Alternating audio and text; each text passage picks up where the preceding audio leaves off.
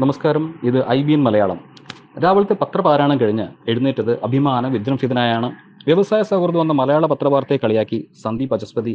അദ്ദേഹത്തിന്റെ വാക്കുകൾ ഇങ്ങനെയാണ്: വ്യവസായ സൗഹൃദ അന്തരീക്ഷത്തിൽ കേരളം ഒന്നാമത് എന്ന വാർത്ത വായിച്ചപ്പോൾ സത്യത്തിൽ അഭിമാനം തോന്നി.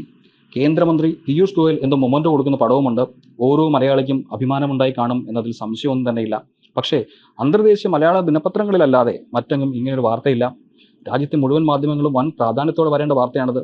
വരാറുമുണ്ട്. ഇനി കേരളം ഗതി പിടിക്കുന്നതിൽ കണ്ണുകടിയുള്ള ഉത്തരേന്ത്യൻ വ്യവസായിമാരുടെ അസൂയയാണോ വാർത്ത വരാത്തതിന് പിന്നിലെന്നും സംശയിച്ചു. അതുകൊണ്ട് മലയാളം വാർത്ത പല തവണ വായിച്ചു. ആണ്ടി നല്ല അടിക്കാരനാണെന്ന് ആണ്ടി തന്നെ പറഞ്ഞു എന്നതല്ലാതെ മറ്റാരും ഇങ്ങനെ പറഞ്ഞതായി അന്തർദേശീയ മലയാള മാധ്യമങ്ങൾ പോലും റിപ്പോർട്ട് ചെയ്തിട്ടില്ല.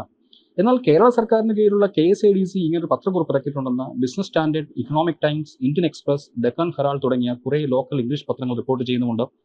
കേന്ദ്ര സർക്കാർ ഇക്കാര്യം അറിയിച്ചിട്ടുമില്ല. ഞാൻ നടത്തിയ അന്വേഷണത്തിൽ മനസ്സിലായ കാര്യങ്ങൾ ഇങ്ങനെയാണ്. Department four promotion of industry and internal trade നൽകുന്ന ബിസിനസ് റിഫോംസ് ആക്ഷൻ പ്ലാൻ 2022 അവാർഡാണ് കേരളത്തിന് കിട്ടിയത്. അതായത് മോശം അവസ്ഥ പരിഹരിക്കുന്നതിന് നടപ്പിലാക്കിയ പരിഷ്കാരങ്ങളിൽ ഒന്നാമത്. ആകെ 30 ഘടകങ്ങളാണ് പരിശോധിച്ചത്. അതിൽ 9 എണ്ണത്തിൽ ഒന്നാമതെത്തിയത് കേരളമാണെന്ന് മാത്രം. അതിൽ തന്നെ ബിസിനസ് കേന്ദ്രീകൃതമായ 2 ഘടകങ്ങൾ മാത്രമാണ് മെച്ചപ്പെട്ടത്. ബാക്കി 7 എണ്ണവും പൗര കേന്ദ്രീകൃതമാണ്. വ്യവസായിക സൗഹൃദ അന്തരീക്ഷത്തിന്റെ കാര്യത്തിൽ രാജ്യത്തെ സംസ്ഥാനങ്ങളെ കേന്ദ്ര സർക്കാർ 3ആയി തിരിച്ചിട്ടുണ്ട്. അതിൽ 3ാമത്തെ ഗ്രൂപ്പിലാണ് കേരളം. ഈ അന്തരീക്ഷം മെച്ചപ്പെടുത്താൻ കേന്ദ്രം സംസ്ഥാനങ്ങൾക്ക് ചില കടമ്പകൾ ഏർപ്പെടുത്തി. അതിലാണ് കേരള സ്ഥാനം മെച്ചപ്പെടുത്തിയത്. അതായത് സിവിൽ സർവീസ് പരീക്ഷയിൽ തോറ്റ ശേഷം PSC പരീക്ഷ എഴുതി വിജയിച്ചപ്പോൾ IAS കിട്ടിയെന്ന് അവകാശപ്പെടുന്നത് പോലെയുള്ള ഗീർവാണം. ഈസ് ഓഫ് ഡൂയിങ് ബിസിനസ് റാങ്കും ഈ റാങ്കും രണ്ടും രണ്ടാണ്. അത് വേ ഇത് റേ. മാത്രമല്ല മലയാള പത്രങ്ങളിൽ കോപ്പി പേസ്റ്റ് വാർത്ത വന്നല്ലോ. അതെങ്ങനെ സംഭവിച്ചു? കാര്യങ്ങൾ വ്യക്തവരുത്തേണ്ടത് സർക്കാരും മാധ്യമങ്ങളുമാണ്. കേരളത്തിന്റെ ease of doing business rank മെച്ചപ്പെട്ടോ? എങ്കിൽ അതിന്റെ വാർത്താ ഉറവിടം എന്താണ്?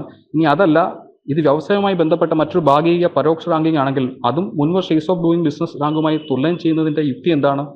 മാധ്യമപ്രവർത്തനത്തിൽ ആദ്യവും അവസാനവും വേണ്ടത് ഉറവിടത്തിന്റെ ആധികാരികത ഉറപ്പാക്കലാണ്. താരതമ്യപ്പെടുത്താവും തമ്മിലെ താരതമ്യപ്പെടുത്താവുന്ന ആപ്തവാക്യവും ഇതിലുണ്ട്.